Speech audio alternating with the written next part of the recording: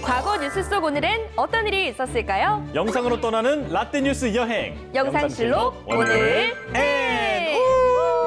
안녕하세요. 아나운서 조진영. 아나운서 조혜진입니다. 예진 씨, 혹시 네. 우리 몸이 이 체인지 되면 어떨 것 같아요? 선배의 몸과 제 몸이요? 네.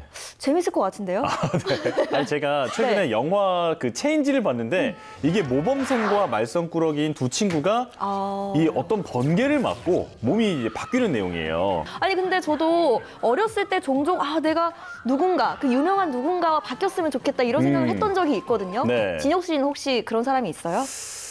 내가 누군가 바뀌는 그런 상상 대신에 누군가 이제 나를 동경하는 그런 대상이 돼야겠다 이런 생각이 들더라고요. 그래서 그 방법으로 영상실록 오늘엔을 더 열심히 해서 많은 사람에게 저를 알려야겠다. 다짐했습니다. 너무 좋습니다. 너무 좋습니다. 자, 그럼 과거 속 오늘에는 어떤 일들이 있었는지 함께 보시죠. 2018년 3월 30일 전북 익산 약촌 오거리 살인 사건과 관련 경찰이 18년 만에 공식 사과했습니다. 경찰이 공식 사과를 하다니 이게 무슨 일이 있었던 거죠? 2000년 8월 10일 오전 2시 전북 익산시 약촌 오거리에서 당시 19살이던 김군이 택시에 탔는데요. 이후 도착 지점에서 42세였던 택시기사에게 돈 대신 칼을 들이밀었고 도망치려는 기사를 칼로 무참히 찔러 살해했습니다. 그리고 다방에서 배달 일을 하던 16세 최군이 한밤중 사건 현장을 지나가다 피투성이로 숨진 택시기사를 발견했는데요. 신고를 했지만 경찰은 범인으로 몰았고 거짓 자백을 강요했습니다.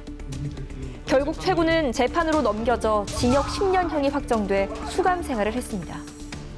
자, 그나저나 경찰뿐 아니라 그 사법부까지 다 오판을 했다니까. 이게 이런 상황이면 그 누가 뭐 목격을 했어도 신고를 하고 싶겠냐고요. 맞아요. 너무 억울하다. 난 정말 아니다. 이렇게 무고를 주장했는데요. 아무도 믿어주지 않았어요. 그런데 출소 후가 더 문제였는데요. 최군은 억울한 누명을 쓰고 10년 만기 복역을 했는데요. 억울한 만기 복역도 모자라 출소 후에는 설상가상으로 택시기사 사망보험금에 이자 1억 4천만 원의 구상권을 청구당했습니다. 아니, 억울하게 만기 복역을 하고 또 출소 후에는 구상권 청구까지 당했잖아요. 최군은 이게 어떻게 대응을 했나요? 이 억울한 누명도 모자라서 구상권 청구를 받고 재심을 결정을 했습니다. 그리고 검찰과 오랜 싸움 끝에 당초에 무혐의로 풀려났던 진범이었던 김군이 긴급 체포됐고 이 김군은 2018년 3월 27일 15년형이 선고됐죠. 전북 익산 약촌오거리 살인사건 종결 후 경찰청은 입장문을 내고 사건 발생 당시 수사 진행 과정에서 적법 절차와 인권 중심 수사 원칙을 지키지 못한 부분을 매우 유감스럽게 생각하며 재심 청구인 등에게 큰 상처를 드린 점을 깊이 반성한다고 말했습니다. 인권 보장의 책무를 다하지 못한 점에 대해 가슴 아프게 생각하며 이 자리를 빌려 국민 여러분께 깊이 사과드립니다. 자, 그러면 이번에는 1967년으로 떠나보겠습니다.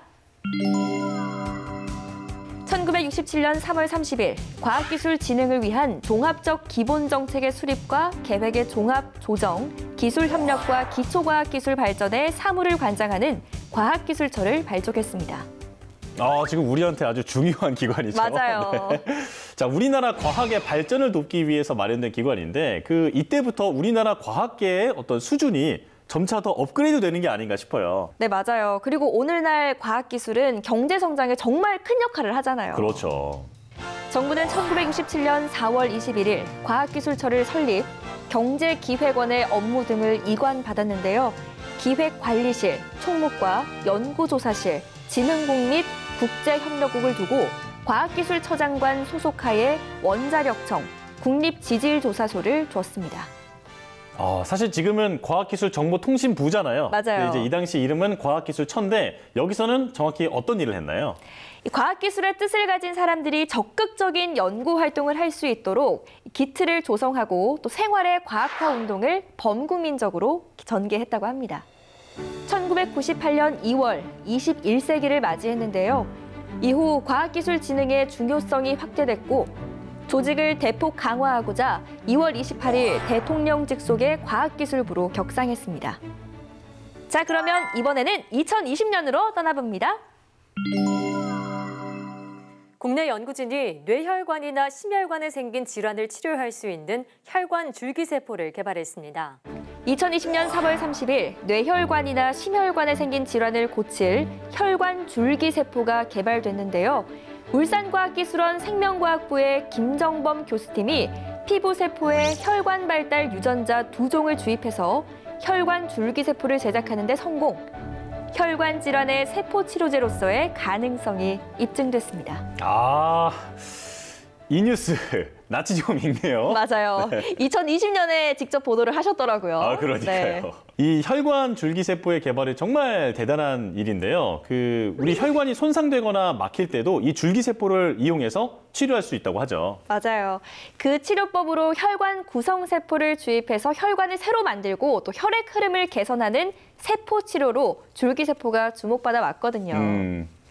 이 혈관 줄기세포는 대량으로 배양하면서 암 유발 가능성이 적은 직접 교차분화 방식으로 제작됐으며 심장이나 간 같은 생체 조직을 3D 프린터로 찍어낼 때 필요한 혈관의 주 원료도 될 수 있습니다.